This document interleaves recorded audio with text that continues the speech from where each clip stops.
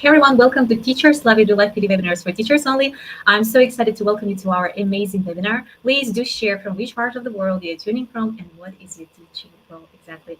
So I'm so excited because today we are learning from amazing Jessica Pack on movie making in the classroom.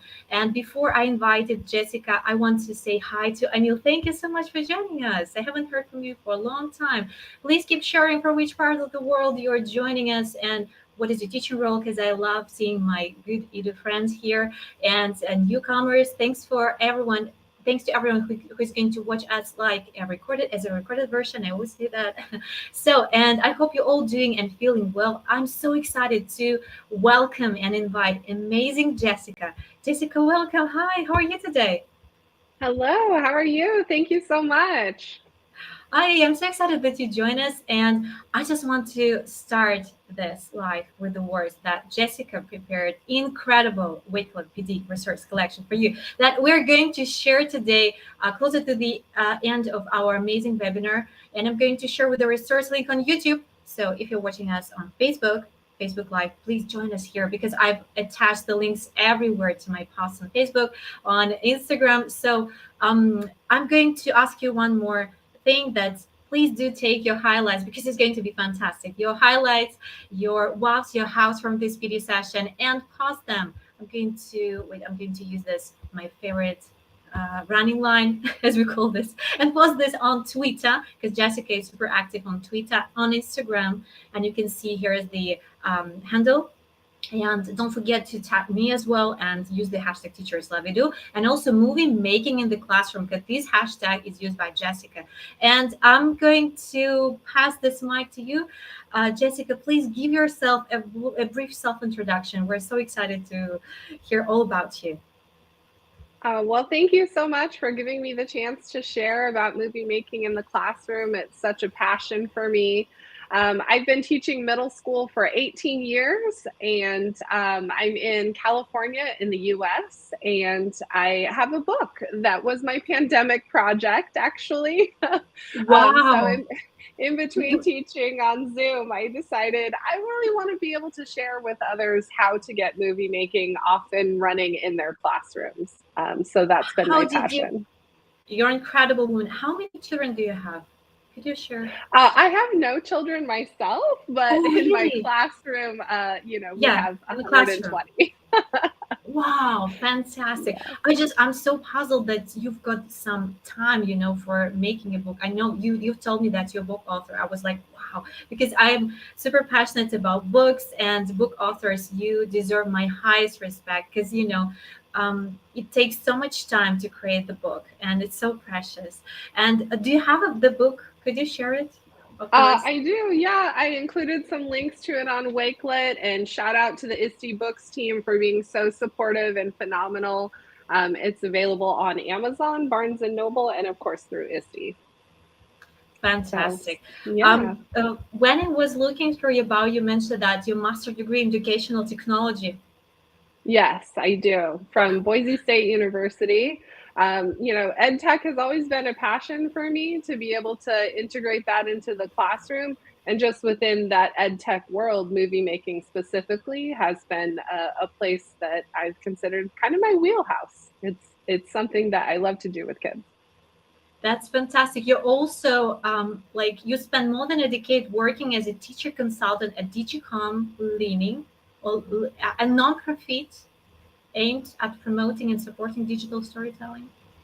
Yes. So, This if fact. viewers are familiar with Disneyland, the former Disney president David Vogel retired in the area where I live. I live in Palm Springs Wow. area, and he started a nonprofit to help local schools integrate movie making into the classroom. And that's really where I got a lot of my foundational training and a lot of really wonderful experience working with him and students across Southern California classrooms. Wow. I just want to mention another fact of yours, that your co-host a podcast called Storytelling Saves the World, which itself, this title sounds so inspiring to me. What is it all about? Like, Well, what I have found is kind of like a gap in the ed tech community is that we'll have really great ideas, but we don't always see what it looks like, boots on the ground in a yeah. classroom. How does this look when you're planning your lessons or your units, and what are all the like trouble points you could hit along the way? So my colleague Georgia Terlahi and I have a podcast where we interview teachers who are storytelling teachers with their students. We learn from their mistakes, we learn from their successes, and it's been a really fun venture just to be able to talk to so many teachers, so many places who are making incredible movies with their students. So, like real stories from real teachers, like the stories from the classroom, personal Yes, experiences. Can I yes. can I do that? Because I really love it.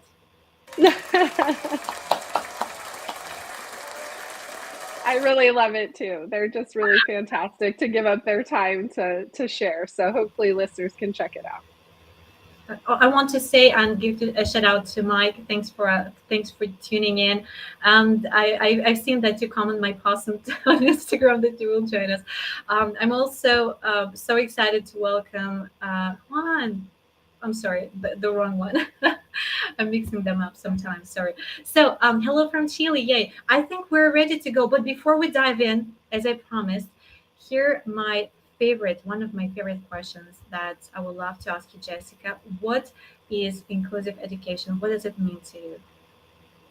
I think for me, inclusive education is making sure that every child in the room has what they need to be able to express their learning, to access the content, and to most of all be able to find and develop their own voice and really learn how to lift that voice using content creation tools. And I I love think that it. that's something that is always a benchmark that we should push for, right? Is to make sure every kid knows they have a voice and every kid has a story.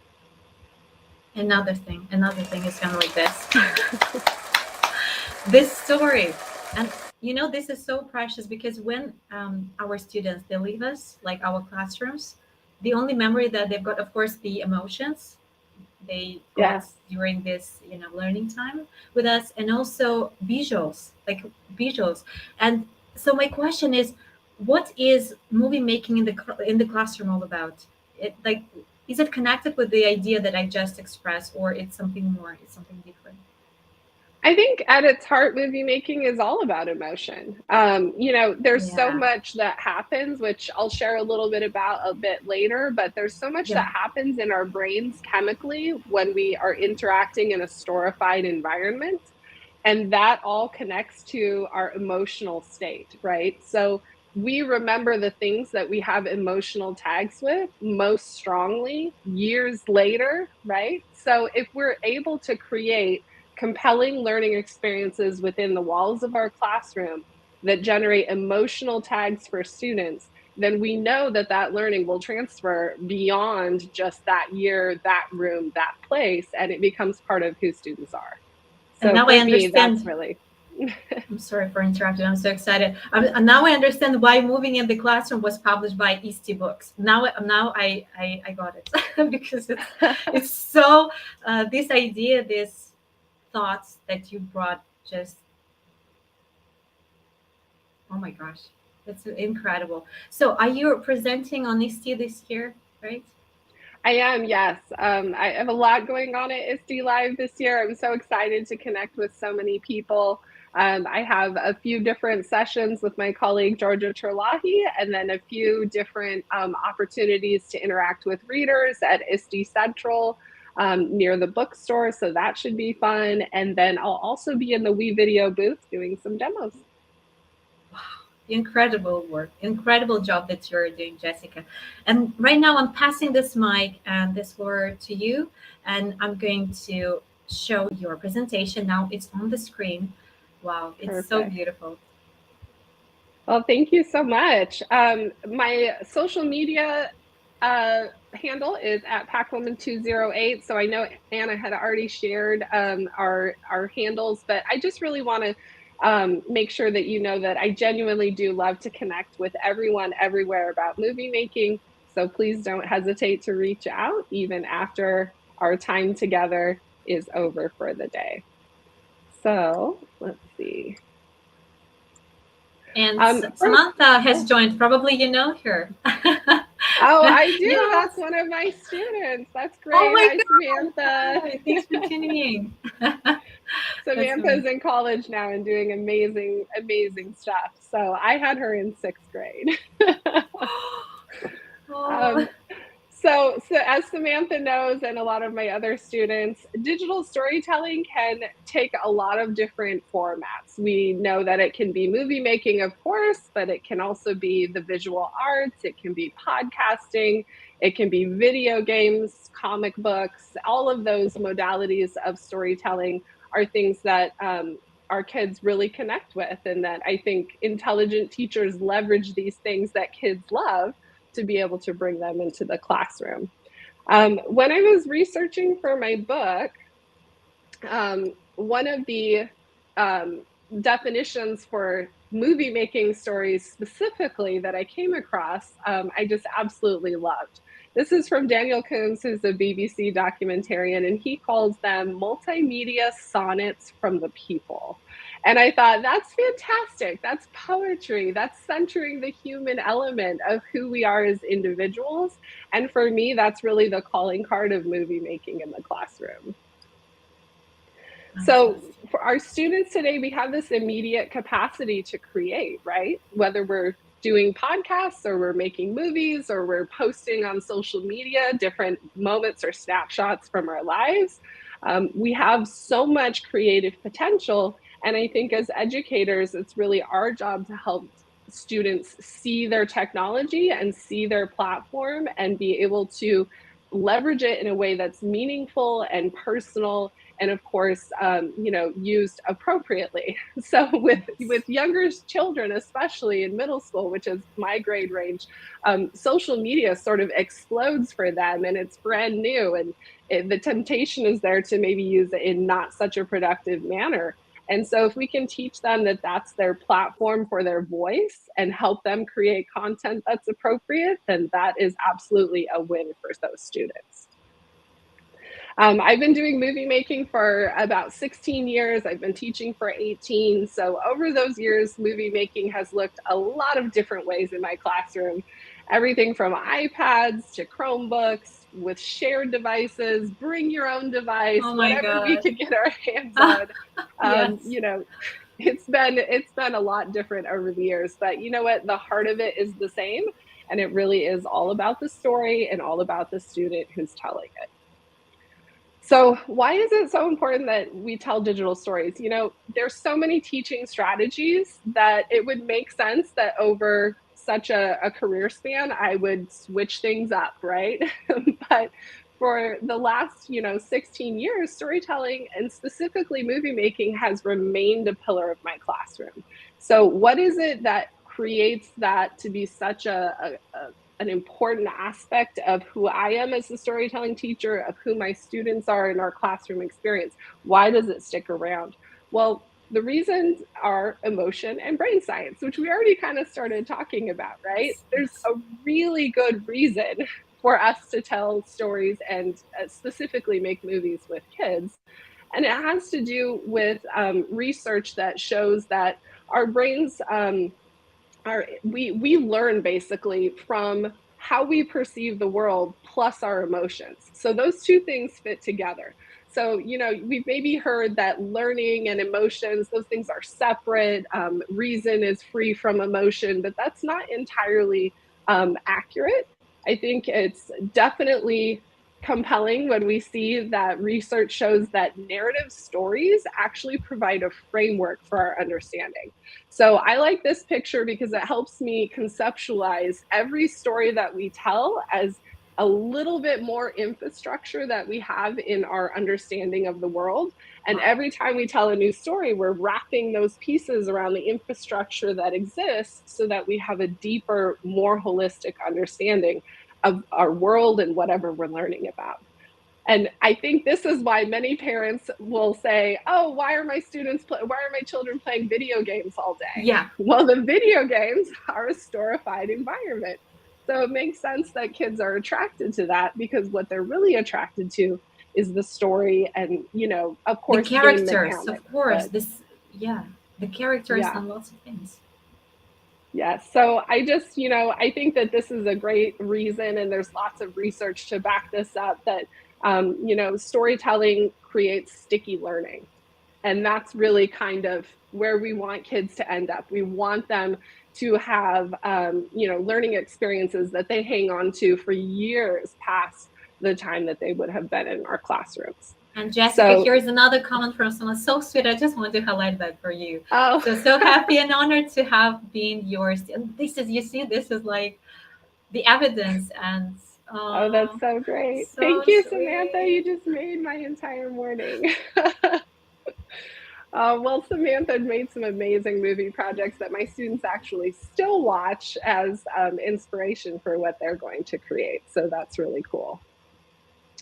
I think probably where, movie making sometimes tends to not be such a storified thing is when we confuse it with a report. So there really is an art to taking content and storifying it so that we get all those positive effects of story, as opposed to just generating a multimedia report, right? You can use video products and tools to create incredible things, but if there isn't like an underbelly of narrative to it, then some of that effect isn't necessarily transferred as fully as it could be. So for me, it's really kind of about figuring out, where does storytelling fit into the instructional process? And then how do we take that content and shift it from informational into more narrative in format? So for me, I like to conceptualize movie making as an assessment. So when I look at this Fantastic. pyramid of all these great things that we're doing as teachers around the world, what it really comes down to is, how are our kids going to show what they know? And movie making can really be a compelling way for them to create original content, use it as kind of an artifact of their learning. Like, here's my experience and here's what I've uncovered to be true about this topic. And then if we can do that in a storified space, it's like, oh my gosh, I get so much information about what my Oh, yeah. students know. Wow. So then for me, over the pandemic specifically, these three areas kind of have become even more key for me. I think it's true for a lot of teachers that, in the post pandemic world, we're concerned with our students' social emotional needs. We want to know that the kids are okay, and they're Yes, not yes, always yes. okay. So Absolutely. being able to have a strategy for that, I think, is huge. And we're also uncovering learning gaps. In my particular area, we students didn't have in-person instruction for over a year, some of them. So it was definitely, coming back into an in-person brick and mortar setting and kind of discovering certain gaps that existed, and how do we bridge that? How do we accelerate our instruction, but also be able to kind of mitigate those little pieces that kids were missing? And then it's an important equity conversation. I think, our entire educator community is having conversations about, how do we create equitable learning experiences, Yes. and how do we elevate the voices of underrepresented populations? I think that's huge too. So making sure everybody has a voice, everybody has an opportunity to share. So those are kind of, also woven into what is it that movie making can do for us as teachers. So if we have all of that in mind, here is our challenge as educators: is how do we help students storify content?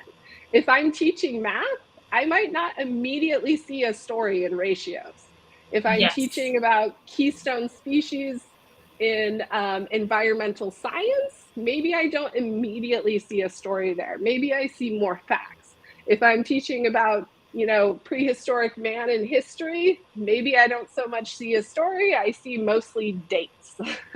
And what we can do then as teachers is really try to help kids storify all of that content by using what I like to call lesson frames.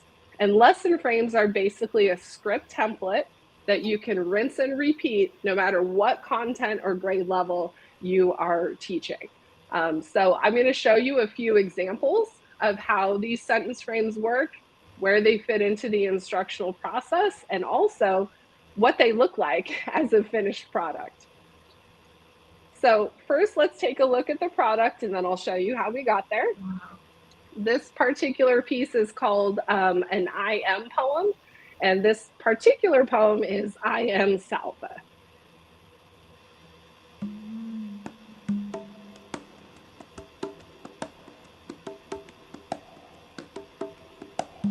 I am Salva. I hear gunfire as soldiers attack my village in South Sudan. I see people everywhere running into the bush. I wonder if I will ever see my family again. I want to survive this sober war. I am Salva. I pretend that I will find safety somewhere. I feel more hungry and thirsty than ever before in my life. I touch the hot sand beneath my feet as I walk hundreds of miles across the desert. I cry when my friend disappears, taken by a lion. I worry that I will not survive without my family. I am Salva. I understand that there are not enough resources to go around. I say that I have spent more than a decade living in refugee camps. I dream that my name will be on the list to go to America. I try to persevere, to take one day at a time. I hope that one day I will make a difference for my country. I am Salva. Oh So my gosh, so inspiring. that's a really great example, right? Yes, Of yes. a story that kind of touches your heartstrings. But that story doesn't necessarily belong to that student. That student did the research and the understanding to really get what it's like to be in a refugee camp and then be able to apply that into a character they created to kind of reflect their learning. So here's what that looks like instructionally. Um, Okay, so essentially on the left, I provide students with the sentence frames, and then on the right, they write their script by filling it in. So this is a scripting example from social studies, and the content is hunter-gatherer communities in prehistoric times. So all the student has to do is be able to develop a character in mind to kind of live out in their shoes all of the information that they've learned about that topic. So for the I Am Salva piece, that was based on a novel called A Long Walk to Water by Linda Sue Park.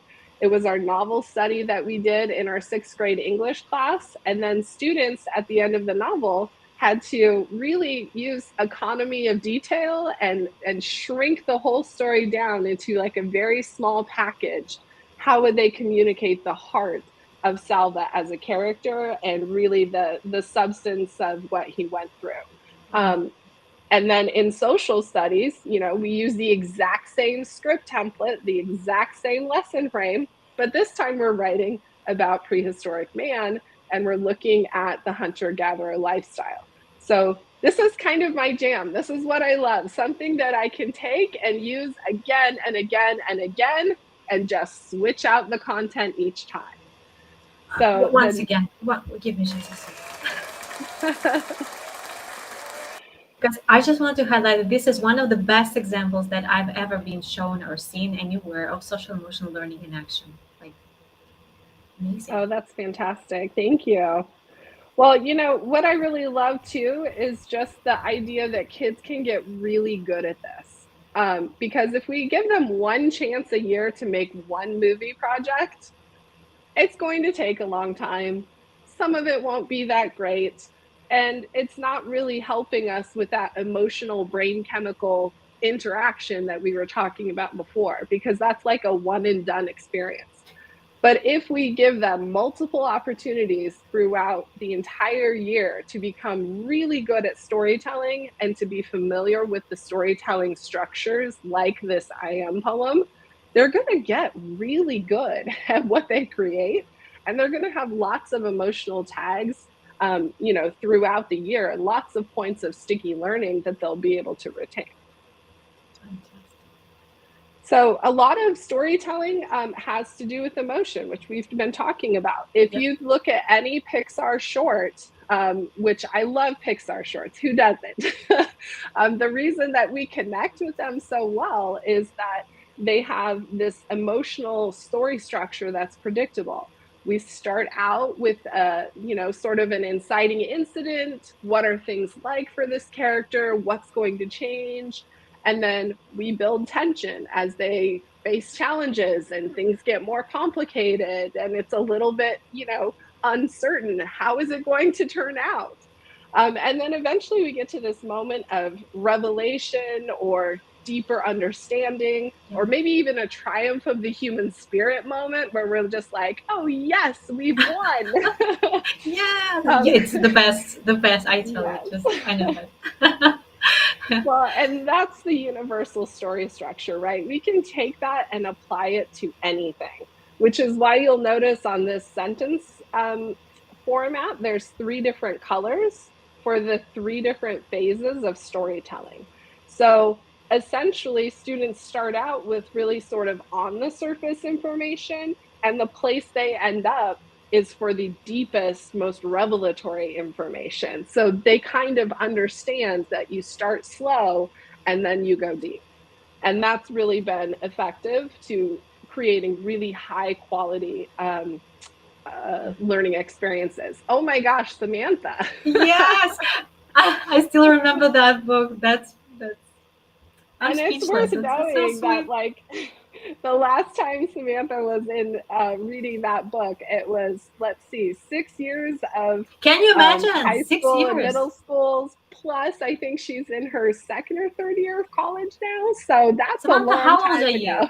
Yeah, please do share, Samantha. How old are you? Because oh my gosh, there's another comment that I have to highlight because it's incredible. So I think it's from Samantha again. I think it's important to acknowledge how much of an impact she continues to make on students. Just how she support myself. I'm happy to continue supporting her in whatever way that looks. So this is for you, Oh Jessica. my You're an gosh. incredible person, teacher, educator, author, book author, and consultant. So many titles you've got and so many hats you're wearing these days. It's amazing. You're so inspiring again. Just this feedback is Well, I it's have to tell so you, on precious. tough days, I'm going to come back and think about that, Samantha. So thank you. Oh, that's so The sweet. best. So let's go ahead then and take a look at another iteration of an I Am poem. Here is that early man hunter gatherer lifestyle Mhm. poem that we were talking about earlier.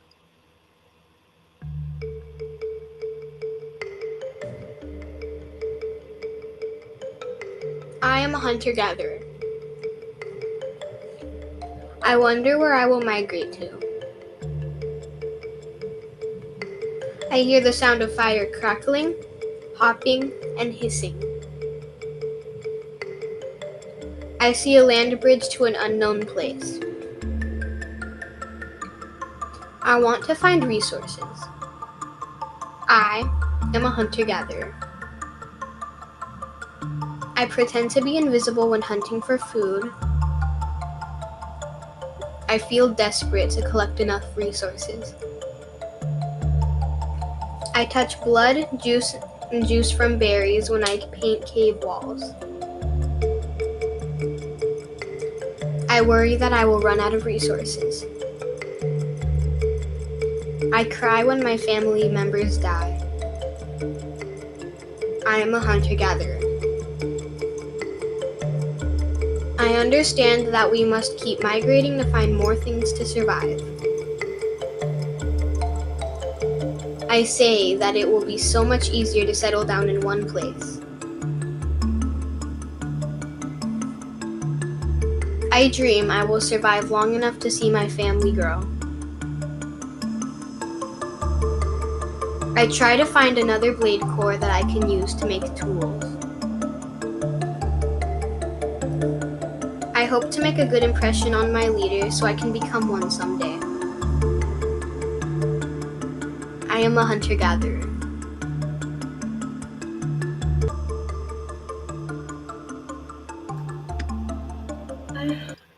Such a good Another great product. video. Yeah, no, I'm Epic. always amazed at what kids are able to create when given the opportunity. And I think it's probably important to know that this particular piece for this particular student was their first attempt at movie making. So Wow. that's pretty amazing to think about, like how great Absolutely. of a product they can produce. Yeah. So the instructional flow again for that particular piece was having all of the usual activities that we do as teachers, all of those research items. And, you know, I'm a big fan of EduProtocols. So using EduProtocols with the Frayer model there and accessing different media. We do all of those normal good teaching things. And then I present them with the I Am Poem template, and they're, you know, no problem. They're able to write their script based on everything that they've learned. Fantastic. So the storytelling process is, I think, a place where sometimes some teachers might experience pitfalls. I think maybe the portion that is missing in a lot of classrooms is the writing and planning portion first. A lot of times it's tempting to just open up an editor and be like, have at it, guys. You're going to make something great. And maybe you show them how to use it. Maybe you just have a sandbox approach. And that is really kind of what kills movie making in a lot of classrooms, because teachers get frustrated with the amount of time it takes, with the fact that not every kiddo finishes a project, with a host of just, you know, hiccups that happen along the way to really interrupt the creative process. So what I always encourage teachers to do is to make sure that you're front loading with the writing process for the script, with the lesson frame, and then planning out what the visuals are that you want to find before you go to you know, a resource with different media, before you start looking for things and fall down the rabbit hole of Google. Yes. What is it Oh, that you really yes. are looking for, right? I like And this. then I'm going to steal this one from you, Jess, because it's amazing. please do for The rabbit sure. hole, yeah. Yeah, I think too that a lot of times we forget feedback's important. Because when you're creating art like this, or you're creating some story that you're going to share more widely, stories are really highly dependent on the perceptions of others and sort of the readability or understandability of what it is you're trying to say. So it's a smart idea to have kids share their scripts with each other before they get too deep into the creation process of editing. Like, you know, does this make sense to you? And for me, that's really important, because I have a Yes. very high percentage of English language learners.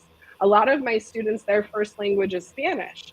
So being Mhm. able to have a touch point of connection and feedback with a peer to help you, you know, kind of clarify your language use, that's really important too. Yeah, like lost in translation thing, it always happens. So we need to be careful with this expressing ourselves, our ideas in different language. I know that. Yes, absolutely. So then, you know, if this process is part of the fabric of how you're creating movies in your classroom, kids can get really efficient at it.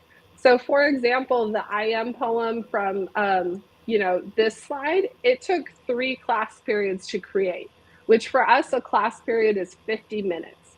So Mhm. 3 blocks of 50 minutes isn't a, you know, super long amount of time for the quality project Yes, that they're creating. sure. And before I discovered movie making, I would have taken 3 class periods to have kids make a poster by hand, or, you know, created by brochure by hand. So Yes, for a lot of yes. teachers who are scared to get started, sometimes it's just a matter of taking away that one project you've been doing maybe analog for a while and putting in a new project opportunity like movie making. So Wow. just for all of our educational psychology enthusiasts, what we're really talking about when we provide a script template, like what I'm using for I Am Poems, we're talking about landing students in the zone of proximal development. So if it's been a while since anyone's read Vygotsky and, educational psychology, the zone of proximal development is that magical space where learning can happen, as we bridge the gap between what kids can do by themselves and what they need help, what they can't do. So we provide the help to get them from I can't do this to I can do this. And that bridge is the script with sentence frames. So it makes a Yes. lot of sense. Amazing. So clear, and I got everything that you shared, because sometimes for many educators, again, it's so complex, and it's really difficult to get how to make the movie making thing in the classroom. Like, it's so complex, lots of editing tools and blah blah blah. So, but here we go, the conceptions, and so amazing. Again, the Oh, word of the good. day. And Um, there's a question. Can I ask you a question, Jessica? sure. Yes. Here we go. Just like let's do this way. How many time does it take for movie making? Like in general. So Jessica just shared. So like 3 classes for that last for 50 minutes. Right. And I think it's worth noting it's not original footage. So there is a time difference between if you're shooting original footage and if you're leveraging existing resources. So, in platforms like Adobe Express, they have a certain amount of free stock photos. So, Oh, how many great of library. those can you use? Yes. Can you import things from Unsplash or other copyright free resources? I'm a big fan of WeVideo, but I happen to have a license for that with an extensive stock footage library. So it's like whatever tool you're using, make sure it has some stock, access, and that will really cut down on the amount of time it takes kids to create. I Wow. think when I Yeah. first started movie making, I thought the only way to do it was to film original footage and take 3 weeks out of your unit to do it. So it had to be an end of the year project and it had to be one and done, Yeah. right? So over the years, though, I'm like, oh, that isn't the only way to make movies.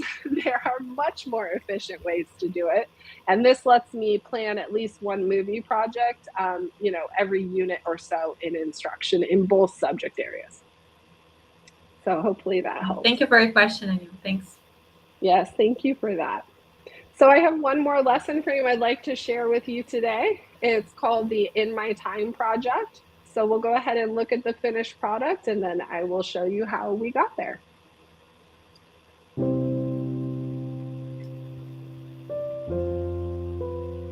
In my time, slavery was dominant.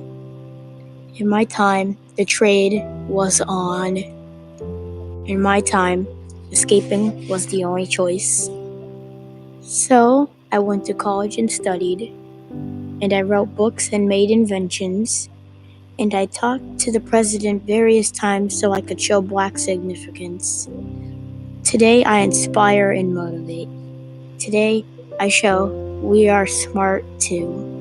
Today, Blacks can show they are creative because of me. My name is Frederick Douglass.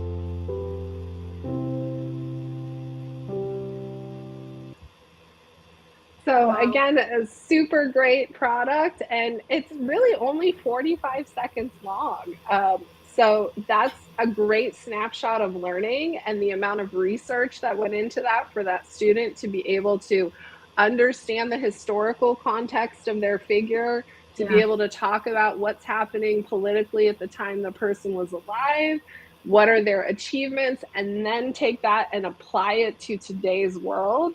Like, that's a lot of really intense synthesis, and it's great to be able to boil it down to like a 45-second project that shows all the magic. So that's what I really love about In My Time. Fantastic. Like each video was like, I have no words. So precious. So here's the lesson frame again. On the left, I just wrote out, I knew that I wanted kids to talk about context, achievements, and today's world. So I made this lesson frame on the left that every student had, and they fill it in, with whatever was pertinent to their individual that they researched. This happened to be a project during Black History Month in the United States. So every student had a different influential Black American that they could use as their inspiration for the project. And the instructional flow kind of looked like this, where they were going through the Undefeated 44 website, finding someone that they found to be intriguing. They did all those things that, we do as strong teachers, where we ask them to, find research and evidence, and then they end up with that finished product. I think it's also worth mentioning that movie making works in a blended environment too. I was thinking about hybrid classroom, hybrid learning. Yeah. Yes. So even during Stations. the pandemic, during distance learning, we did movie making in my classes on Zoom, and then I want to highlight that. Yes, this is not something you have to leave behind. And then in person, we use station rotation blended learning very frequently based on the work of Dr. Catlin Tucker. So we have different stations for that in my time project, where one day the student's job was just to record the voiceover track. The next day, they were just collecting images and visual resources. And then I included that Station 6 screenshot on there because I wanted everyone to see that feedback can be a station too. So that particular station, students showed each other a rough draft and then listened to the feedback of 5 peers and then summarized what they thought they heard their peers say on their slide for that station. And you can see that Owen's comment is, giving a shout out to his group member Christian for suggesting music, which he initially did not have any music at all in his piece. He didn't think he wanted any music, but Christian's suggestion got him listening to other tracks until he found something instrumental that he actually liked. And that is really a great choice long term, because music is what cues our emotions. So his work was so much stronger just because he had the opportunity to talk to a peer. Fantastic. Jessica, with your permission, can I share with the Wakefield Resource Collection right now? Oh, yes, please do. So I'm sharing, and you can get it if you watch this on YouTube, in our chat box, Q&A box. And again, if you've got any questions, drop them there. And don't forget to grab your highlights. And wow, just grab the resources. Give this the free way to say thank you for Jessica for her sharing and for our learning today from her. So don't forget to tag us and just post them on socials. Twitter, Instagram will be just perfect. But even on Facebook, I will grab all of your beautiful feedbacks and put them into our feedback collection for Jessica. So please do that, and don't hesitate. Spend your 5 minutes. It's going to be a really great thank you thing to say for Jessica. So I've shared. Check out the Q&A box. Yay.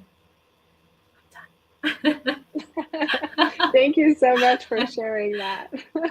I did want to circle to the ISTE standards really quickly, because I know that they're an important way that we all guide our instruction. Or if you haven't seen ISTE standards before, listeners, and that's new for you, you should definitely check them out. I think that movie making exemplifies creative communicator and also the knowledge constructor strands.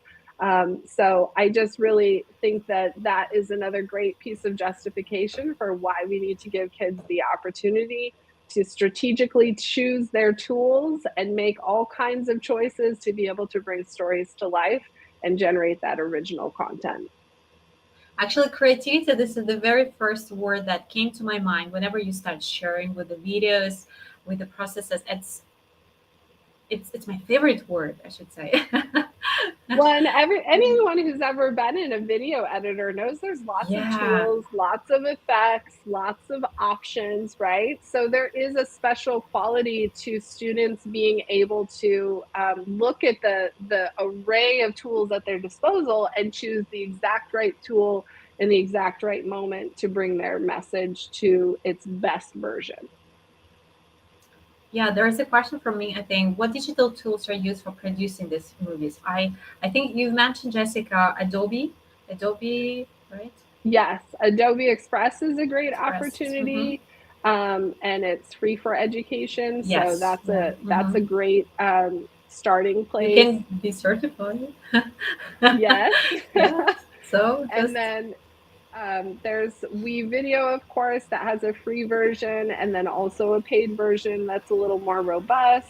You can use tools like Animoto, or if you're an Apple school or other tablets, there's obviously iMovie. So you can go in a lot of different directions. I tend to spend a lot of time with my kids in Adobe Express and WeVideo.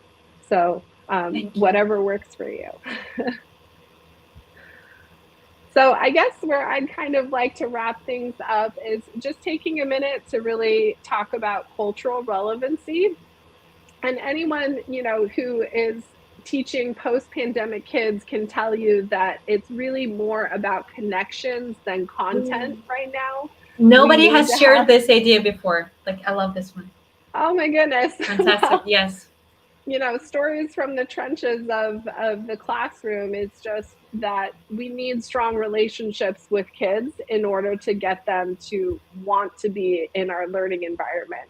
And kids need strong connections and relationships to each other in order to make that learning environment a safe and positive place to learn and grow and to be vulnerable, because whenever you're creating something like movies, you have to be vulnerable to share your heart with others. And that's not going to happen in a disconnected space. So I really find a lot of the value of movie making is that it's a culturally relevant instructional strategy that helps bring your students and the teacher together. I love this word and world, of course. Vulnerability. I'm sorry, I just can't pronounce. This is so hard for me right now. Vulnerability. Can you help me out? I'm doing Yeah, this ugly. vulnerability, you've got it. Vulnerability. Oh my gosh, I didn't. So I even made a post on Instagram. I don't know how months ago, how many months ago, but it's such a great word and so inspiring again. Absolutely. So I'd like to leave you with one last student Ooh, product. This one is a focus on cultural relevancy. So it's called Where I'm From. It's inspired by an anchor text we used, the poem Where I'm From by George L. Lyon. Students read the poem and sort of dissected it and really worked to understand that author's history as an individual. And then they took the poem to generate their own sentence frames to make their own version as a tribute to the original author and also to be able to share about themselves. So this one is Where I'm From by Catherine. I am from elegant palm trees, from rugged desert landscape and regal mountains. I am from the cozy backyard, rich oil paint staining my arms and clothes. I am from the fruit tree, whose vibrant reward produced fresh orange juice. I'm from colored pencils and threadbare aprons from Scott and Jennifer. I'm from don't give ups and try your bests, from math books and riddling puzzles. I'm from waking up in the middle of the night to watch the moon turn a deep terracotta.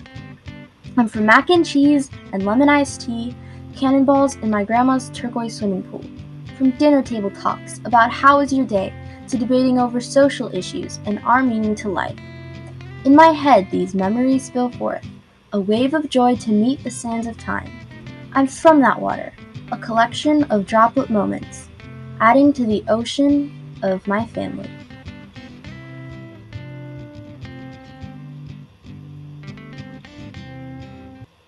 I love so it. amazing. Just this is my reaction. Like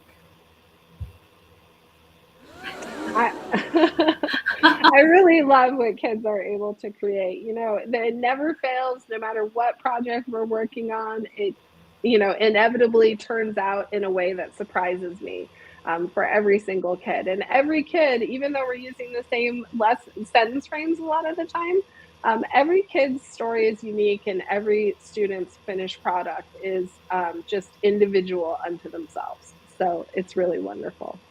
I'm I took so a lot agree of with. the Sorry. Oh, go ahead. No, no, no. Go ahead. Go ahead. I'm sorry. I interrupted you. I was just going to say I took a lot of the resources from this bit.ly and put it on the Wakelet. So it would be awesome if everyone would be able to go over to the Wakelet and access a lot of what you need to get started with movie making in the classroom.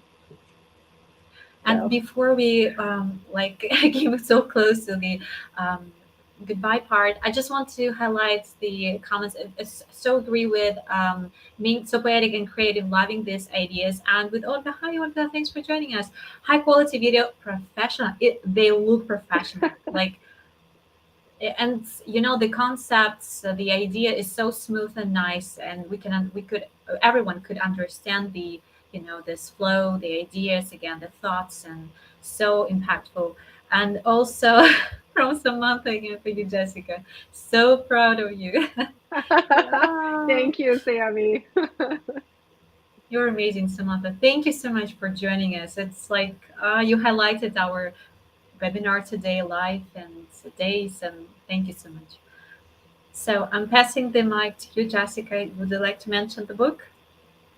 Absolutely. I really hope that you found today's presentation useful, and you will find more lesson frames, student products, all kinds of extra resources linked in my ISTE book, which is Movie Making in the Classroom, Lifting Student Voices Through Digital Storytelling. That's fantastic. Could you just grab your book and show it? So Yeah, please grab your absolutely. selfies. And I'm going to grab mine right now. One, two, three. Oh, it's so amazing. Don't forget to tag Jessica, myself, and use the hashtag #TeachersLoveIt. I love to see what you learned. I've got so many insights and all the ideas in words that you brought, and with these videos. I'm dying. I want to see a meet you on ISTE and this year, or just I, in real life. I was going to say, if anyone watching is at ISTE 23, I will be there too. And keep an eye out for the author showcase, where all of your favorite ISTE authors will be together and ready to meet you and sign some books. So stop by, please. I'd love to meet everyone. So for this, and to make that, you need to follow Jessica for sure on Twitter, because you're going to highlight where you are on this conference for sure. And just again, grab your highlights and post them. And I just want to say thanks everyone who joined us today. I'm going to stop sharing. And any last words from you, Jessica, for our guests, for everyone who is going to watch it as a recorded version? So we can't wait to hear from you.